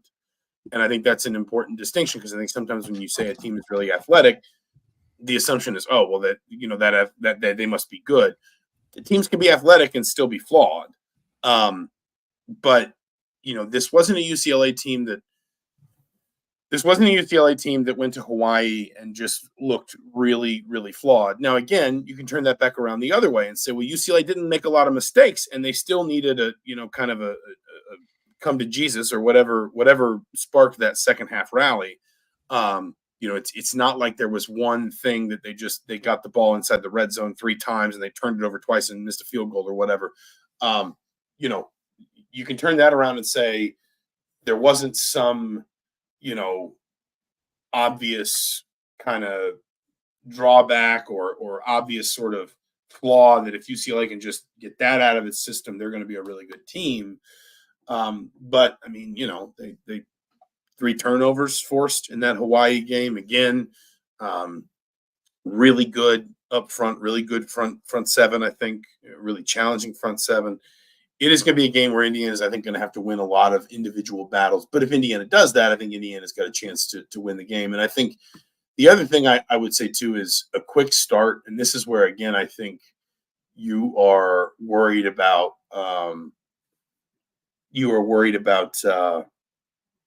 I've just lost my train of thought. I'm sorry. This is where you're worried a little bit, or not worried, but you're curious about UCLA's first half at Hawaii and whether that's indicative of deeper issues or whether that is just a week one thing. Because I do think this is the sort of game where if Indiana can punch its way out to a 10-point lead, a 14-point lead, first quarter, first 20 minutes, the more points are scored in this game, the more I think Indiana's likely to win. And that's where, again, having played 2 games instead of just 1 might benefit Indiana in this. Absolutely. Looking forward to it, as I will expect to see or am expecting to see an Indiana win this weekend. But like Zach said, this is big boy football, and it's not going to be easy, and every week is going to get tougher as the season progresses. Zach, thanks so very much, man. Appreciate you as always. Absolutely. Thanks for having me as always, Jim. Thank you. Zach Osterman from the Indy Star joining us here on this Friday before game day of week 3 of college football. And we're back with plenty more as Greg Smith will join us. And I'm thinking Mitchell Paige will join us as well if he can get shaken loose. Back with more from the Hard Truth Distilling Company studios right after this. This segment is brought to you by the Fresh Fork in Bloomington. Enjoy healthy, delicious meals at home without the hassle with the Fresh Fork. Chef-curated, ready-made meals delivered right to your doorstep. Proudly fueling IU athletes and now available to you with a menu that's always fresh and diverse, from hearty proteins to fresh salads. The Fresh Fork empowers you to make better food choices without compromising. Let the Fresh Fork help transform your lifestyle for a healthier way of living today at thefreshforkonline.com. Use promo code RADIO20 and get $20 off of your first order. Country living is just a swing away. It can be hard to find the exact home that fits your family's needs, so there couldn't be a better time to build a new home with Property Shore Construction. Now building exclusively south of Bloomington within the Stonecrest Golf community. Choose from one of the gorgeous Stonecrest Signature Series house plans. We have several lots available with scenic views of the golf course. Contact Amy Rhoda with Revesco Real Estate for additional information. 812-583-0919 or go to mystonecrestliving.com. That's mystonecrestliving.com for more details. Whether it's a night out with the family, after work with colleagues, or catching the game with friends, Bubba's 33 is the place for you. Bubba's 33 offers a mouth-watering menu of selections that are all made from scratch every day. The portions are big, but the prices are small. And with over 50 big screen TVs, you'll never miss the big game. Bubba's 33, pizza, burgers, beer. Looking for someone to cater your next corporate event, family reunion, or tailgate? To some, a garnish may be nothing more than just a decoration put last on a plate. But in Bloomington, catering starts with Garnish Catering. Serving all of Bloomington and surrounding areas, Garnish Catering is waiting to help make your next event one to remember. Planning a great event shouldn't have to be stressful. Whether we quote you just for catering or a total event package, you can trust that you're making the right choice with Garnish Catering. Visit garnishcatering.com. That's garnishcatering.com. Garnish Catering is a proud partner of WOW Food Group. If you're looking for a home in the Indianapolis area, you need Cheryl Sizemore from RE/MAX Advanced Realty. Cheryl Sizemore has over 2 decades of experience, and that could be the difference in you getting the home you want in today's tough housing market. Reach out to Cheryl Sizemore from RE/MAX Advanced Realty at cheryl@indyhomepros.com or 317-298-0961. Cheryl Sizemore from RE/MAX Advanced Realty. Let Cheryl Sizemore get you in the home you want today. Cheryl@indyhomepros.com. In the market for a new or used vehicle? Well, nobody beats the prices and selection of Andy Moore Honda in Bloomington. Right now, get a brand new Honda with no payments for 90 days. That's right, 2023 and 2024 Honda Pilots, HRVs, CRVs, Honda Ridgelines, payment-free for 90 days. Or get 0.9% APR financing for 36 months on a 2023 Honda Ridgeline. Go to AndyMooreHonda.com and get more to your door. This segment is brought to you by Reynolds Family Dentistry in Sellersburg.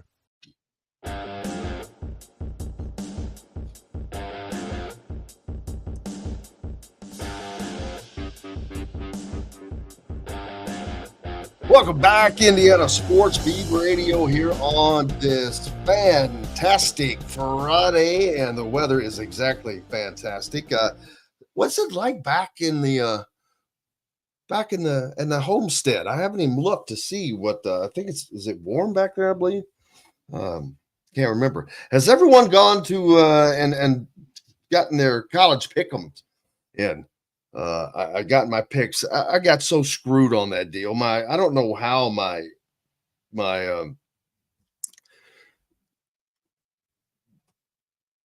mine got screwed up. It wasn't the one I normally make my picks with, and I like the first week only 5 picks were in, and then the second week none of them. It seemed like it was putting me on a different one, but I've got it straightened out. So we'll see how that works out. But some big games this weekend. As a matter of fact, let me pull those up and see what those selections were as I jump over here to the college pick'em for this weekend. It may take me too long to get in there to get all this stuff pulled out, but we'll see. No, LSU and South Carolina. I cannot remember who I went with there. Doesn't show that I picked that one. So I keep getting screwed. Again, maybe I didn't pick that game. That's one because that one's a tough one to pick. LSU has not looked that strong. They're a 7.5-point favorite at South Carolina, who's coming off of a roasting of Kentucky. I'm going to go with the Gamecocks, baby. So I got that pick in finally. Oh, man, that would have scared me. The next one was Alabama and Wisconsin. Another one. That was hard for me. Alabama, 15.5-point favorite on the road in Madison. But I ended up going with Kalen DeBoer's Tide. I think the Crimson Tide's offense probably gets things together. Boston College traveling to Missouri, number 6 Missouri, number 4 Boston College. A lot of people on the upset here as Boston College is getting 16.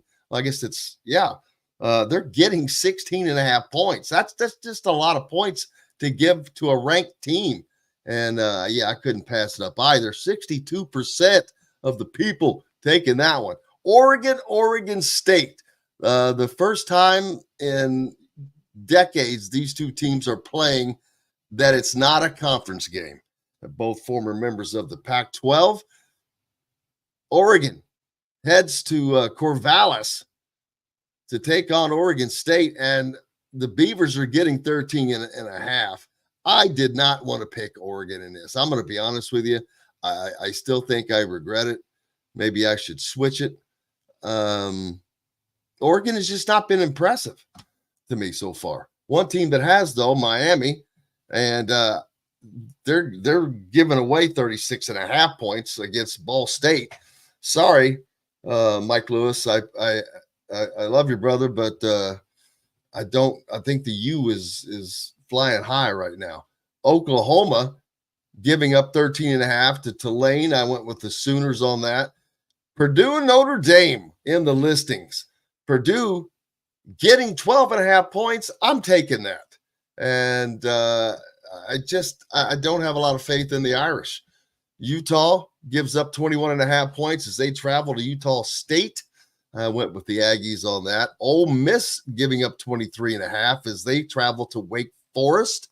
I took Lane Kiffin. And then Tennessee is hosting Kent State. I hate giving up 48.5 points, but I did it.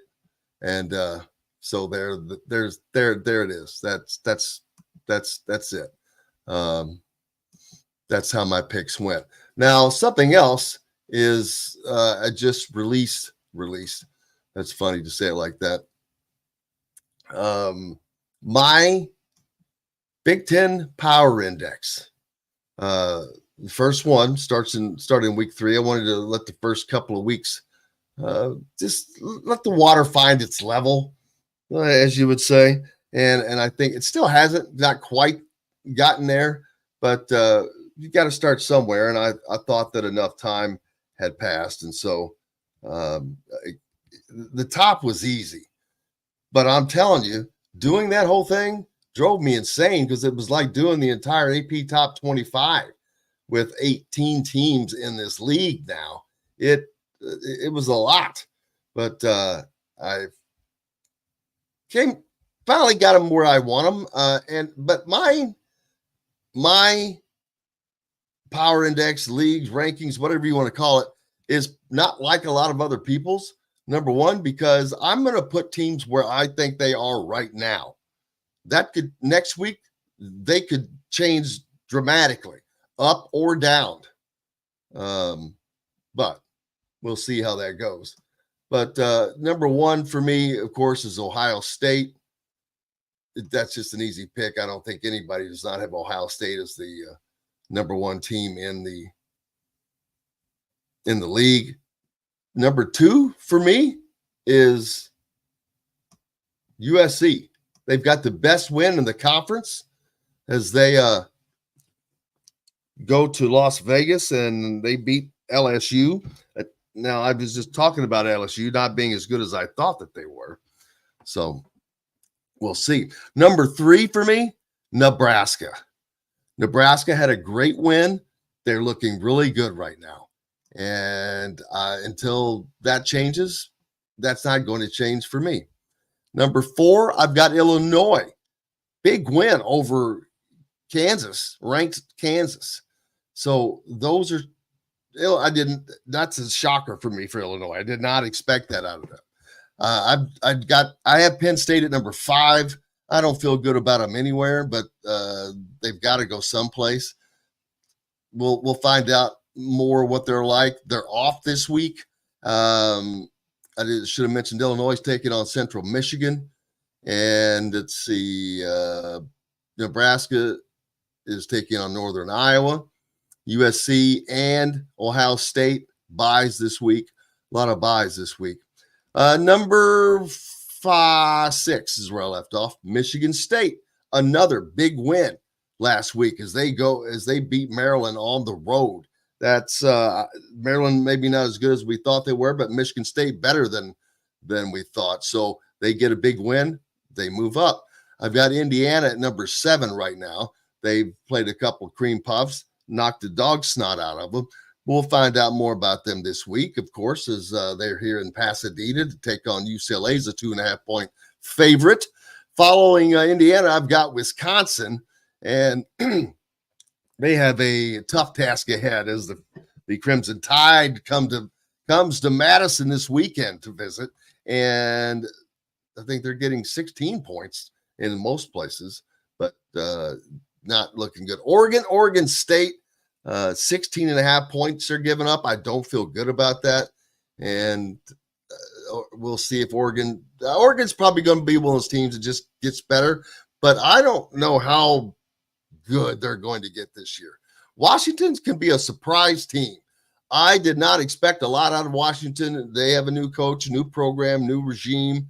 Not new program, but they lost everything. They lost all their offense. Roma Dunze, Michael Penix Jr., Kalen DeBoer, the entire staff. Well, Jed Fish has done a pretty damn good job moving over from Arizona and kind of keeping things clicking in Washington. So it's got my attention.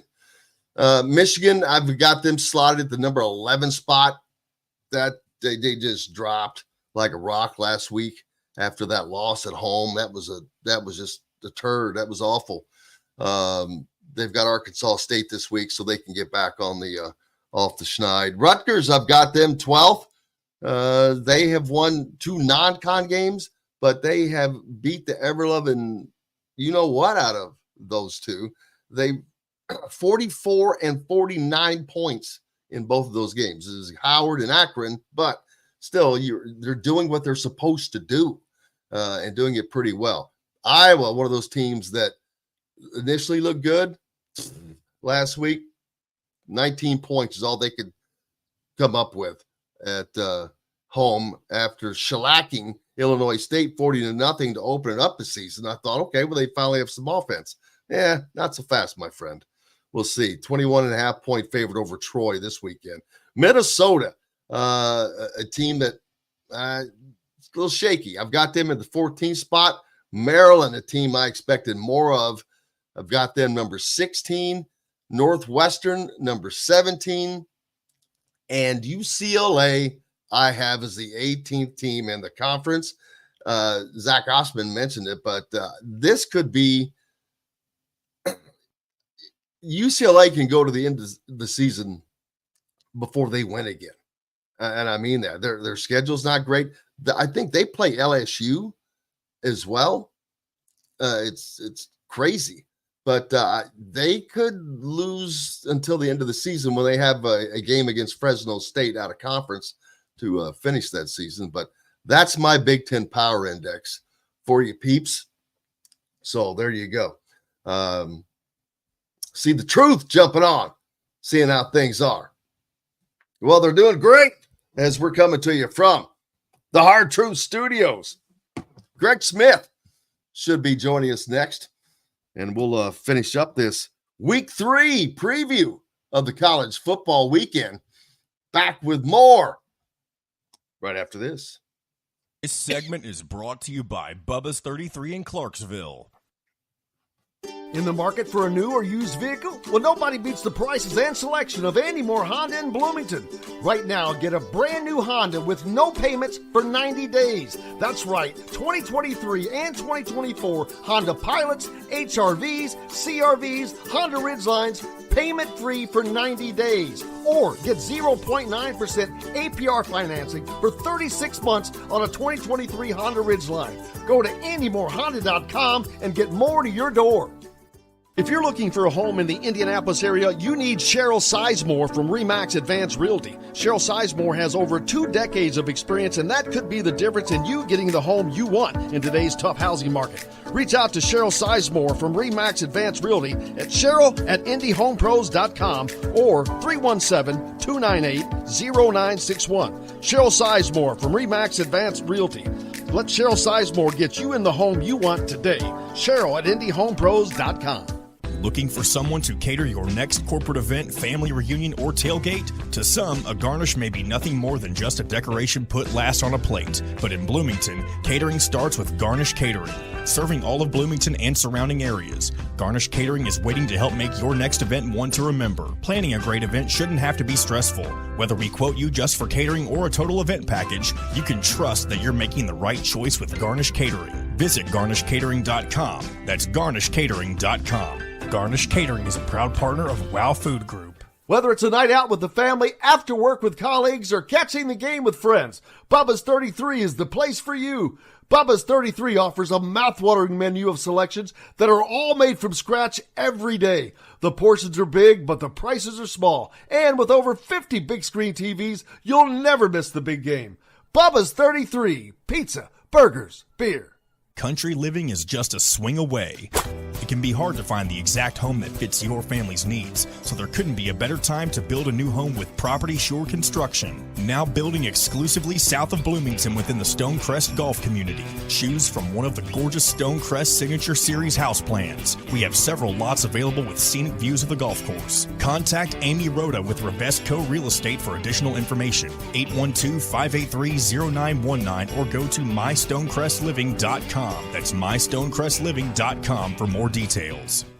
Enjoy healthy, delicious meals at home without the hassle with the Fresh Fork. Chef-curated, ready-made meals delivered right to your doorstep.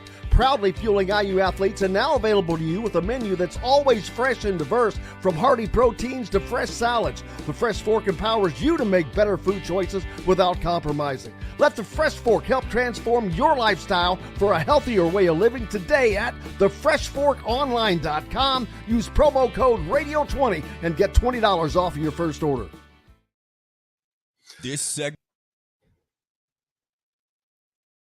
is brought to you by Bubba's 33 in Clarksville.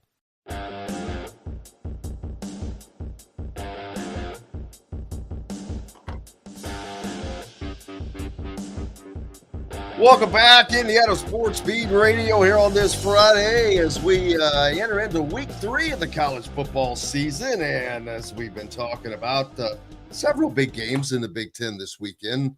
Wisconsin, they're going to find out what life is like as the Crimson Tide roll in. Oregon, they have a tough game with Oregon State. They're going to have to get their stuff together as they prepare for the Big Ten season to start.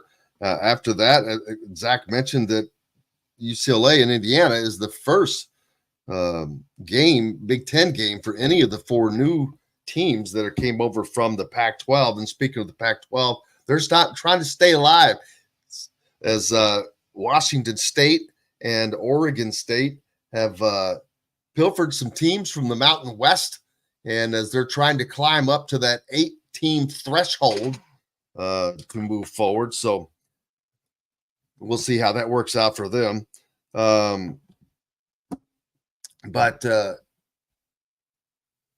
it's a start for, and it doesn't matter who starts at UCLA or whatever. And I don't think that the fact that if UCLA ends up losing this game, that has no bearing on any of that other stuff. So, but you've got USC. I think that if you've had all 4 teams not looking good, that would be bad. And Oregon has been disappointing. We didn't expect them all to be great, but USC is holding up their end of the bargain, and Oregon not so much. Washington a little surprising. So it could be a swap for those two. That's going to be interesting. I just think this entire season is going to be a freaking blast, people, because there are going to be some great games because I think there are so many teams. I went through that list a minute ago of my whatever I call the my Big Ten power index. But something I didn't mention is, I've got those two teams at the top, but then you've got Nebraska, Illinois. I'm going to throw Penn State in there. They have not looked elite to me. So Nebraska, Illinois, Penn State, Michigan State look good. I'm going to keep them up there. Then you've got Indiana.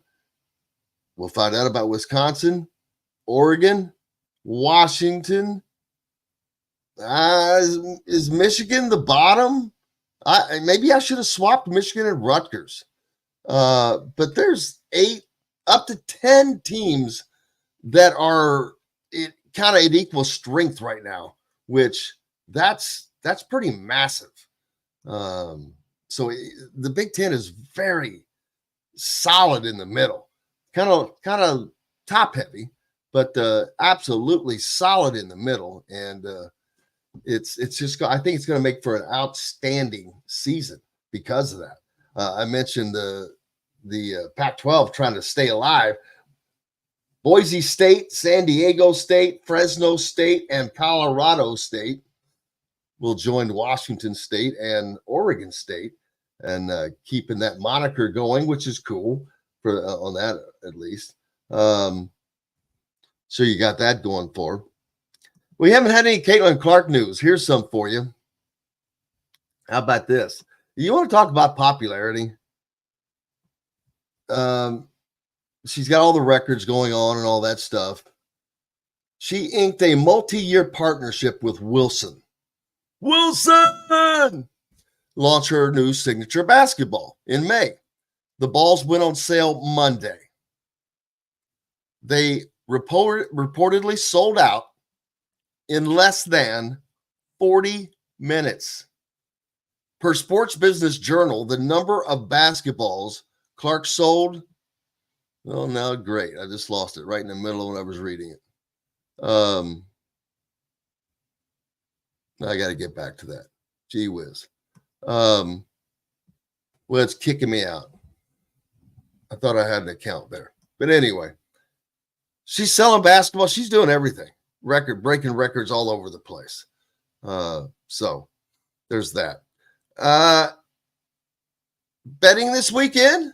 How's that going for anybody? You putting your money where your mouth is on anything? You betting on Indiana? You betting on Purdue? What are the bets for you this weekend that you like? What don't you like?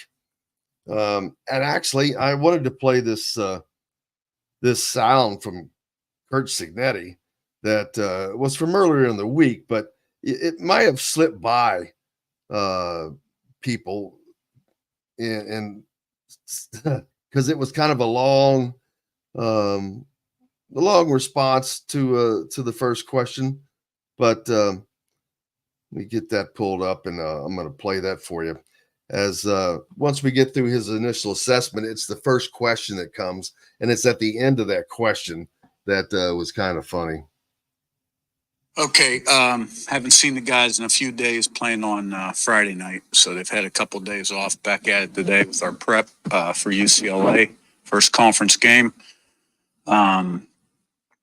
Last week, felt good about the way we played from first play to last with intensity. Got a lot of guys involved, which was a positive. Cut down the penalties overall, and won on offense, protected quarterback better. Defense, result was good, but not totally clean. We had some things in the back end that against a good team would get exposed. So got to clean that up and ready for a tough contest Saturday. All right, get your left, Zach. Yeah, Kurt, in terms of UCLA and scouting them, Malloy, their defensive coordinator, said he was going to keep the same system they used last year. Is that what you saw kind of on the film against Hawaii? And then how have you gone about scouting Bieniemy? Hasn't been in college in over a decade. Right, yeah. So, UCLA, a lot of tradition there, 3 straight years of bowl games, 25 wins the last 3 years. You look at us, 9 wins the last 3 years, going on the road. We're favored, which doesn't mean anything. So I'm sure that coming off their opener, they weren't feeling they were happy they won, but probably not pleased with the way they played overall. They did go in shorthanded, -2 offensive tackles. But, good program like that, I'm sure they have something to prove. In terms of your question more specifically, the new defensive coordinator was on staff last year. The package is the same with some tweaks, a little more pressure perhaps. And it's really hard to gauge because Hawaii did not use a tight end in the game. It was all spread out, 4 wide receiver sets. So we don't have a lot to go on there. Obviously, an opponent like this, you have all their games from last year, which, we've watched during the cut-ups. And so the faces have changed. Schematically, expect it to be more similar than different. Offensively, new offensive coordinator came from the NFL, obviously. So you've got 1 game to go on there.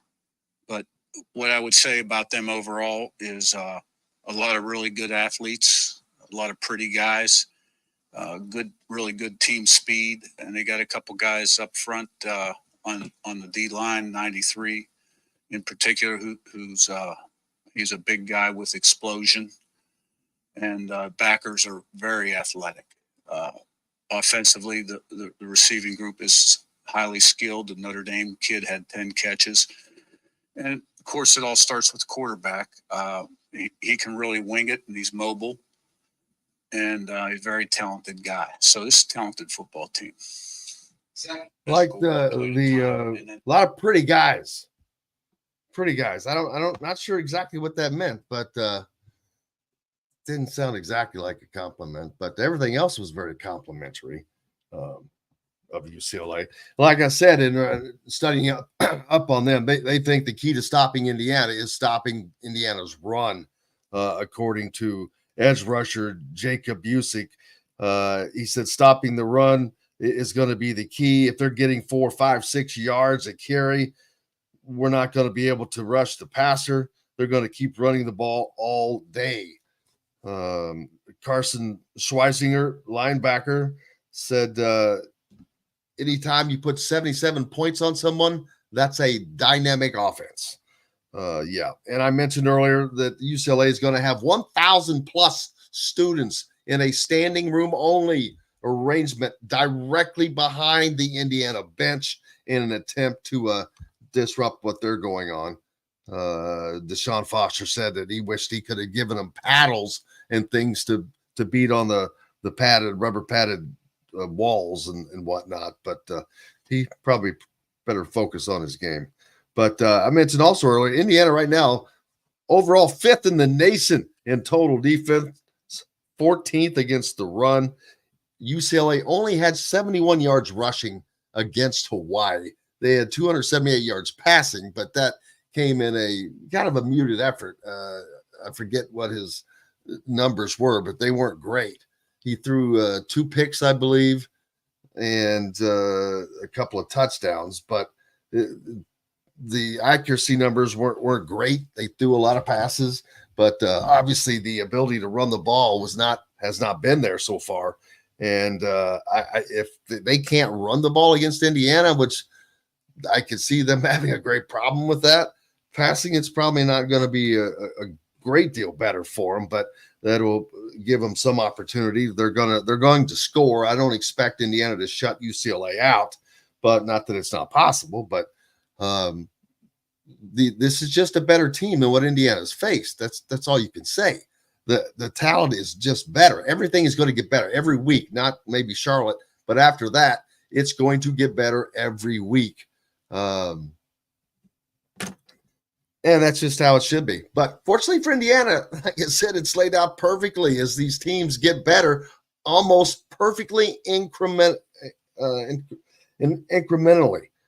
UCLA, I think the worst team in the Big Ten. Maryland, I think, is one of the worst teams in the Big Ten. Northwestern, also one of the 3 worst teams in the Big Ten right now. Indiana gets all 3 of those teams along with their 3 non-con games to open the season. That's why I'm so high on them going 6-0. I truly believe that they're going to go 6-0 because of those things I just laid out. Indiana's the better team of all those other 5. There's no question about that. So there's that. Then things will get funky on the backside, and it's going to be a blast, people. I'm telling you. Nebraska, Washington, Michigan, Purdue. 4 out of the final 6 games are at home, but those 4 games will be absolutely, I think they're going to be fist fight games. And by that, I mean they're going to be tough, but all games that are more than winnable by Indiana. So looking forward to that. Deshaun, see, I mentioned that. I just want to make sure I'm hitting all the things I wanted to talk about today. I mentioned, how about Indiana? 278.5 yards rushing average, 279 passing. That is split right down the middle. And, of course, that'll change as the season goes on. I want to make sure that people, especially down the Evansville area, don't forget about the Friday night's Hunger Bowl at the iconic Wrights Bowl. Very cool, very appropriate, as I said, as we're here in Pasadena covering Indiana at the Rose Bowl. But Evansville Memorial is taking on Modern Day as the Knights of Columbus are doing what they can to help eradicate hunger in that southern Indiana area, southwest part of the state. So go out and support them. Make sure you've got your college pick'ems in and got those selections made. Don't forget to go to thehoosier.com for all your updates for preparation for this weekend's game, and go out and pick up yourself some Hard Truth products for the weekend and sit around and enjoy some college football and Sour Mash Rye bourbon or some toasted coconut rum. Yum. Sounds delicious. I am looking forward to getting to the Rose Bowl Stadium just because of I love going to places like that. I'm not going to lie to you. And this is as you can see, a very flat bowl, very wide reaching. Doesn't go very high, but holds 90,000 people, nearly 90,000 people. And as you can see, the mountains in the background and Cheryl Sizemore's balloon flying high above the mountains. Cheryl, you in the balloon, I wonder? Be cool. So, man, it's been a fun day, and I'm looking forward to don't forget about the post-game show. I almost did. Saturday after the game, we'll have Coach Shannon on with us, of course, and Mitchell had planned on joining us today, but was not able to do so. We'll try to get him on Saturday. And soon we'll have other people along. Almost had Nolan Harrison on this weekend, but he was not able to make it. And so we'll get that. But throughout the season, we'll keep adding those guys and bringing in some different voices. that you can hear from. Is this is going to be a special season. I really believe that, and it's going to be interesting to see the former Indiana players jump on that bandwagon as well.